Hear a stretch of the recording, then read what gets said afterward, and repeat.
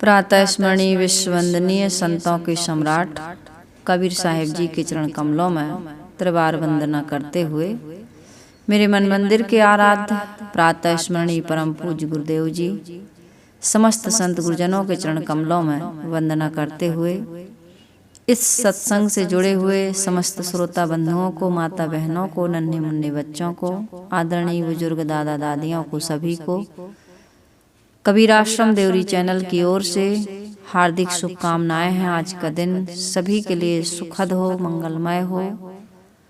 आइए हम सतगुरु कबीर साहिब जी की एक बहुत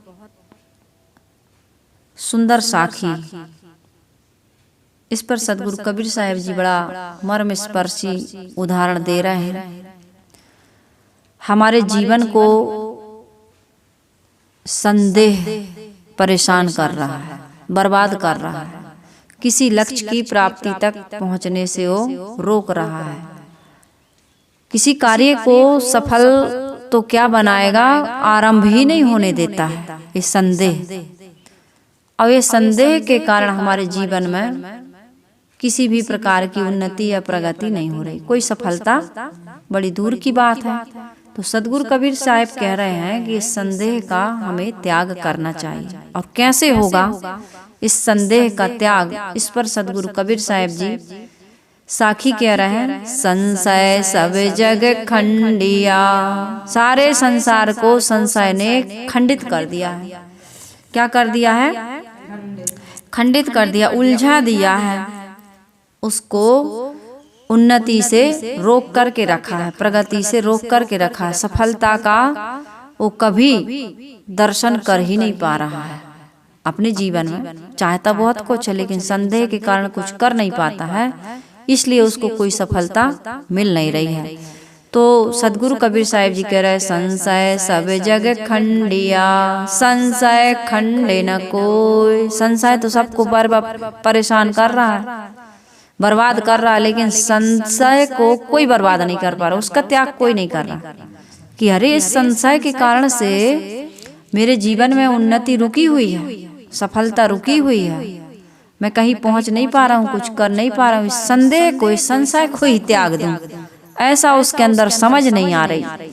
क्यों नहीं आ रही? साहब कह रहे हैं इसलिए नहीं आ रही। संशय खंडे सो जना, कौन संशय का खंडन कर पाता है? जो शब्द विवेकी होए, शब्द का विवेकी हो, यानी निर्णय के वचन, जिसको निर्णय के वचन यानी विवेक विचार जिसके अंदर में है, जो अपनी शक्ति को, अपने सामर्थ्य को, अपने पुरुषार्थ को, अपनी गरिमा को, अपनी महानता को, अपनी श्रेष्ठता को, अपनी योग्यता को पहचान लेता है, वो संशय का खंडन कर पाता है। बाकी आदमी संशय का खंडन, क्योंकि संसार में आपको पैर पकड़कर खींचने वाले बहुत लोग मिलते हैं। अरे तुम तो ये काम कर ही नहीं पाओगे, तुम्हारे अंदर ये योग्यता ही नहीं। अरे ये बहुत बड़ा काम है, इसको करना सबके बस की बात नहीं है।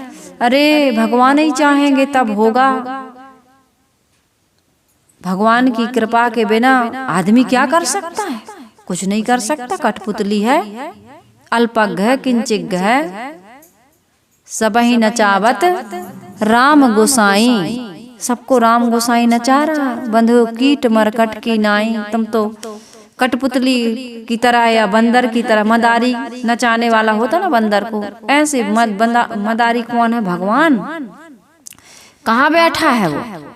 तुम्हारे भीतर नहीं बैठा वो तो कहीं आकाश पाताल में बैठा, किसी लोक में बैठा, और उसकी प्रेरणा से तुम कुछ कर सकते हो। तुम्हारे अंदर क्या है? तुम तो कुछ भी नहीं कर सकते। ऐसा सुनते सुनते सुनते आदमी बिल्कुल क्या हो गया? कमजोर हो गया, संशय में पड़ गया। और जीवन में जो सुख दुख आ रहा है, पता नहीं, हम तो कभी गलत कर्म करते नहीं, लेकिन हमें दुख देने वाला कहीं बैठा है। वो नाराज हो गया, रुष्ट हो गया, कुछ गलती हो गई होगी हमसे, तो चलो नारियल फोड़ते हैं, चलो परिक्रमा उठा लेते हैं, चलो कहीं दान पुण्य करे आते हैं, चलो कहीं व्रत कर लेते हैं, कथा कर लेते हैं, भगवान को खुश करने के लिए नाना प्रकार की साधनाएं, उपासनाएं, पूजा पाठ, पता नहीं क्या क्या, बिल्कुल अंधकार में ही डूबा है वो। ना कोई ऐसा भगवान उसने देखा है, ना किसी ने आज तक उसको पकड़ पाया है कि वो नाराज हो गया, कि वो खुशामद से प्रसन्न हो जाता है। घी के लड्डू या पूरी खिलाए तो इतनी इतनी सी अठवाई हैं, घी के शुद्ध घी की खिलाएंगे भगवान जी को। तुम्हारे भगवान जी इतनी सी पूरी खाते हैं और तुम कितनी बड़ी पूरी खाते हो, 2-4 चढ़ा देते हो छोटी छोटी सी। भगवान ये सब नहीं खाते, उनका पेट इससे नहीं भरता, हो तो भाव के भूखे हैं। तो फिर भाव चढ़ाओ भगवान को। कैसा भाव होना चाहिए? निर्मल मन जन सोई मोहि पावा, मोहि कपट छल छिद्र न भावा। जिनके कपट दंभ नहीं माया, तिनके हृदय बसे हूँ रघुराया। तो फिर भाव को शुद्ध करो। क्या भाव शुद्ध हो पाया हमारा? अठवाई चढ़ाना तो सरल है, नारियल चढ़ाना सरल है, फूल बेल पत्री चढ़ाना सरल है, सुबह सुबह स्नान करके आरती करना, पूजा करना भी सरल है। यद्यपि ये कठिन है, फिर भी सरल है। किससे सरल है? मन के भाव को शुद्ध करने से सरल है। आदमी का मन का भाव ही तो शुद्ध नहीं करता। भाव यही बना है, दारू पिएंगे, मुर्गा खाएंगे, ब्याज लेंगे, लूटेंगे, गाली देंगे, उसका हित सोचेंगे, उसको बर्बाद कर देंगे, उसका कभी भला होते देख नहीं सकते। सोचना तो बड़ी बात है। तो ये भाव हमारा यदि बना हुआ है तो ये पूजा, ये बेलपत्री, ये नारियल, ये घंटी बजाना, जो भी कुछ कर रहा है, ये सब किस लिए कर रहे थे? भाव अच्छा बन जाए। भाव अच्छा नहीं बन पाया तो कबीर साहब जी यही कहते हैं कि संशय सब जग खंडिया, संशय खंडे न कोय, संशय खंडे सो जना जो शब्द विवेकी होए। आदमी संदेह के कारण अनिश्चय में पड़ा है, निश्चय नहीं कर पा रहा है। ये काम मैं कर सकता हूँ, मेरे कर्म मुझे ही फल देंगे, ये निश्चय नहीं कर पा रहा। कर्मों को करने वाला मैं स्वयं हूँ। कर्मण्येवाधिकारस्ते मा फलेषु कदाचन। हम कर्म करने में स्वतंत्र हैं, फल पाने में स्वतंत्र नहीं हैं। तुम्हारा केवल कर्म पर अधिकार है, फल पर कोई अधिकार नहीं है। कृष्ण जी कह रहे हैं गीता में अर्जुन को, कर्म करो तुम। यदि कर्म करते हो तो फल तो निश्चय है। ये तुम्हारे बस में नहीं है कि तुम काट दो फल को। ये किसी के बस में नहीं है कि हम चना बोएं और चना की फसल ना हो। कोई नहीं रोक सकता, कोई ईश्वर ब्रह्म परमात्मा, कोई बैरी दुश्मन। यदि हमने बो दिया है तो उसमें चना ही उगेगा। सुख बोओगे तो सुख काटोगे, और दुख की फसल बोओगे तो दुख काटोगे।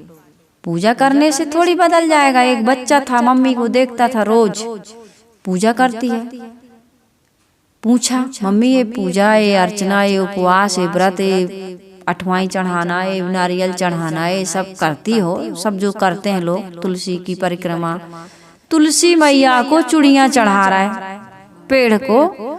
तुलसी एक औषधि है, एंटीबायोटिक गुण है उसमें, बहुत बड़ी औषधि है तुलसी।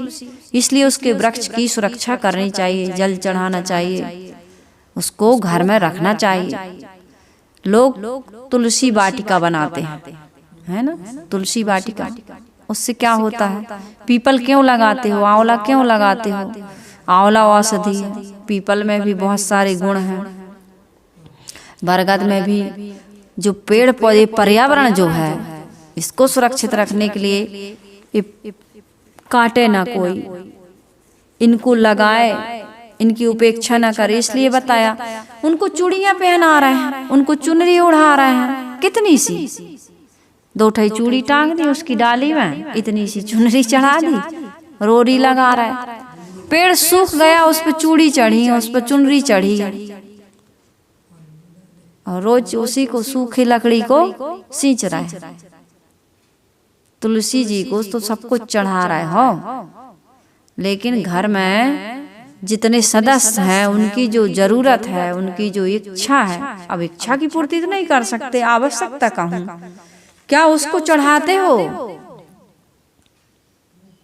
अरे जैसा बनता है वैसे ही खाओ, अलग से हम कहाँ तुम्हारे लिए बनाते रहेंगे, अलग से तुम्हें कहाँ खिलाते रहेंगे।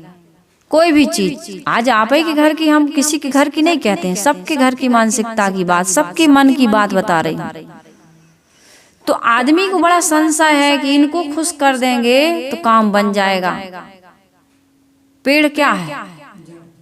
प्रकृति का एक हिस्सा है। प्रकृति क्या है? जड़ है, नियम से चल रही है वो, उसमें क्रिया है लेकिन ज्ञान नहीं। पानी बह रहा, पानी बरस रहा, अभी फसल बर्बाद हो रही, कितने लोगों की बर्बाद हो गई। अब पानी बरस रहा था, कर लेते पूजा और रोक देते तुम बारिश को। ये आदि भौतिक, आदि दैविक और आध्यात्मिक संशय आदमी को चाल रहा है। आदि भौतिक संशय क्या है? भूत प्राणियों के साथ जो हम व्यवहार करते उनमें भी संशय। पत्नी ने किसी से हंस के बात कर ली, आपकी बहू किसी दूसरे की बहू से थोड़ा बोल दी, सास को संशय हो गया, जरूर बुराई कर रही थी। पत्नी थोड़ा हंस के बोल दी, पति को संशय हो गया, क्या हो गया, कैसे हंस हंस के बात कर रही थी। किसी का फोन आ गया। अब एक भाई साहब से एक बहन ने नंबर मांगा, काम करने आता था, नंबर दे दो भाई, जरूरत पड़ेगी तो फोन लगाए। नंबर नहीं देंगे। कहे क्यों? नंबर क्यों नहीं दोगे?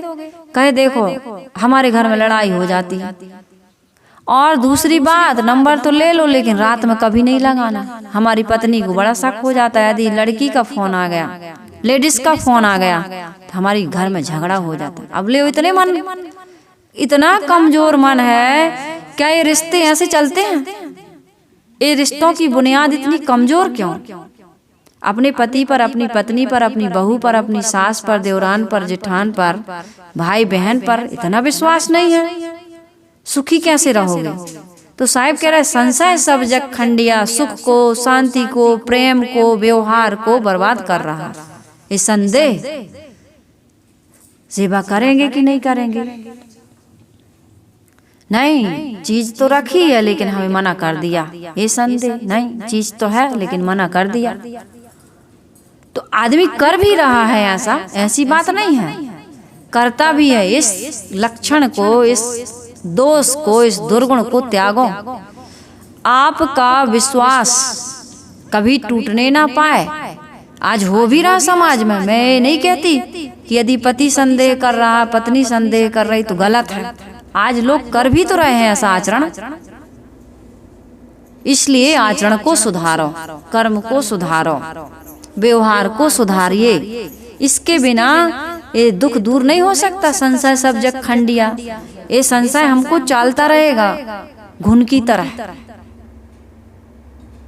एक खोखला कर देगा हमारे रिश्ते को, संबंध को, कुछ नहीं रह जाएगा। एक परिवार में रह के प्रेम, शांति या सुरक्षा नहीं मिलेगी हमको। ये परिवार में हम रिश्ते नाते क्यों बनाते हैं? अपनी सुरक्षा के लिए। पति पत्नी का संबंध हो, संतान की उत्पत्ति हो, पराए घर से बहू लाते हो, बेटी लाते हो, बहू बनाते हो, ये किस लिए? घर परिवार को, गृहस्थी को सुखमय बनाने के लिए। जीवन में एक साथी चाहिए। आश्रमों में भी गुरु शिष्य का संबंध है, गुरु भाई गुरु बहन का संबंध है। ये क्यों है? एक साथ क्यों रह रहे हैं? समूह में प्राणी रहते हैं, मानवेतर खानियों के जीव जंतु जितने हैं वो समूह में रहते हैं। 1 से 150 के करीब का समूह होता है उनका, इससे ज्यादा नहीं। और मनुष्य भी सामाजिक प्राणी, समाज में रहता है, घर बनाता है, परिवार बनाता है, रिश्ते बनाता है, मित्र बनाता है। क्यों बनाता है?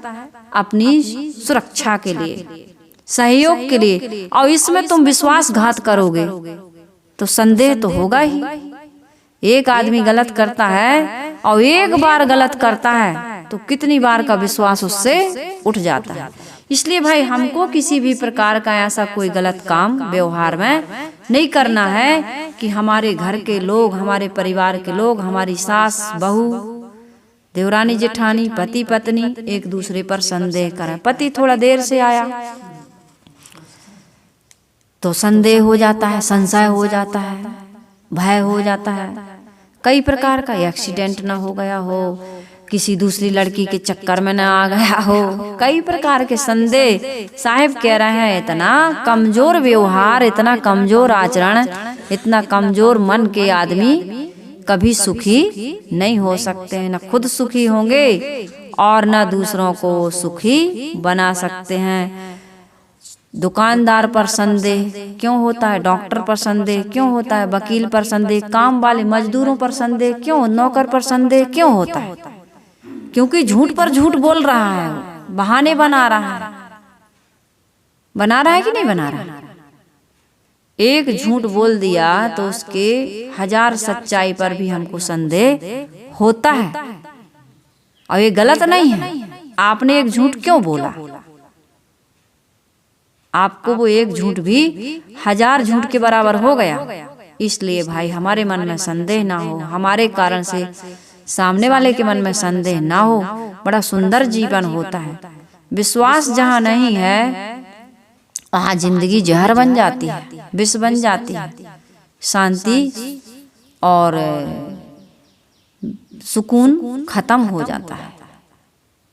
हर समय भय लगा रहता है, निर्भयता खत्म हो गई अब। तो इसलिए सदगुरु कबीर साहिब जी कहते हैं हमारे मन में यदि कमजोरी है, हम कौवे की तरह संदेह करते रहते हैं। अपना मन भी कमजोर होता है। देखिए सामने वाले को हम उसी दृष्टि से देखते हैं जिस तरह का हमारा स्वयं का स्वभाव होता है। ऐसा भी है कारण, सामने वाला गलत नहीं है लेकिन हम गलत हैं। हम चोरी से खाते हैं, हम छुपाते हैं कोई भी बात, हम झूठ बोलते हैं, हम दूसरों का अहित करते हैं। चोर हमेशा सामने वाले को चोर ही समझता है। वो वाली कहानी मैंने बताई थी ना, एक व्यक्ति ने एक चित्र बनाया एकदम गरीब आदमी का। छाती उभरी हुई है, पेट बिल्कुल धंसा हुआ है, शरीर में मोटी मोटी नसें निकली हैं, फटे टूटे कपड़े हैं, एकदम दुर्बल व्यक्ति, एकदम कमजोर। उसके मित्र थे डॉक्टर। उसने देखा, कहा रे ये तो कुपोषण का शिकार है, इसके मतलब इसको ना अच्छी अच्छी विटामिन्स, प्रोटीन्स, कुछ टॉनिक्स, कुछ दवाइयाँ, कुछ हॉर्लिक्स, कुछ इसको पिलाओ, है ना, सप्लीमेंट की जरूरत है, इसको दो। उसने कहा ये तो गरीब है बेचारा, भूख से इसको पेट भर खाने को नहीं मिल रहा, नींद भर सो नहीं पा रहा, इतना थक जाता है, इतना काम शक्ति से ज्यादा काम कर रहा है, ये कैसे स्वस्थ रहेगा? बहुत सारी चिंताएं, आवश्यकताओं की पूर्ति नहीं हो रही है, ये जिम्मेदारियों को भी नहीं निभा पा रहा, परिवार का भरण पोषण नहीं कर पा रहा, इसलिए बेचारा ये गरीबी ही सबसे बड़ा रोग है इसका। एक ज्योतिषी ने देखा, कहा रे इसको तो, इसके ऊपर तो ग्रह टेढ़ा है, ग्रह टेढ़ा, इसके पूजा करवाओ, इसके ग्रह कटवाओ। तांत्रिक के पास गया, कहा इसको तो भैया जिंद चुड़ैल भूत प्रेत लगे हुए हैं, ठीक करवाओ नहीं तो मर जाएगा, इसका झाड़ा फूंका करवाओ। एक योगी तपस्वी बैठे हुए थे एकांत में, कहे तो जरूर समझ जाएंगे। वो बड़ी श्रद्धा से उसको प्रणाम करते हैं। इसने तो अपने शरीर को ही गला दिया, इसने कितनी साधना की है, ये बहुत व्रत उपवास करता होगा, बहुत लंबी लंबी साधनाएं करता होगा। उस चित्रकार ने समझ लिया कि संसार में वास्तविकता को समझने वाले कम ही लोग मिलते हैं, और कोई नहीं मिलता ऐसा लगता है। जो जैसा भाव का है सामने वाले को उसी दृष्टि से वो देख लेता है। तो हमारी दृष्टि में कई बार दोष इसलिए हो जाता है कि हम दोषी हैं, सामने वाला सही है, उसने आपके बारे में चर्चा भी नहीं की, लेकिन हमारे मन में संदेह हो गया। तो इस प्रकार का संदेह हमको त्यागना है। सदगुरु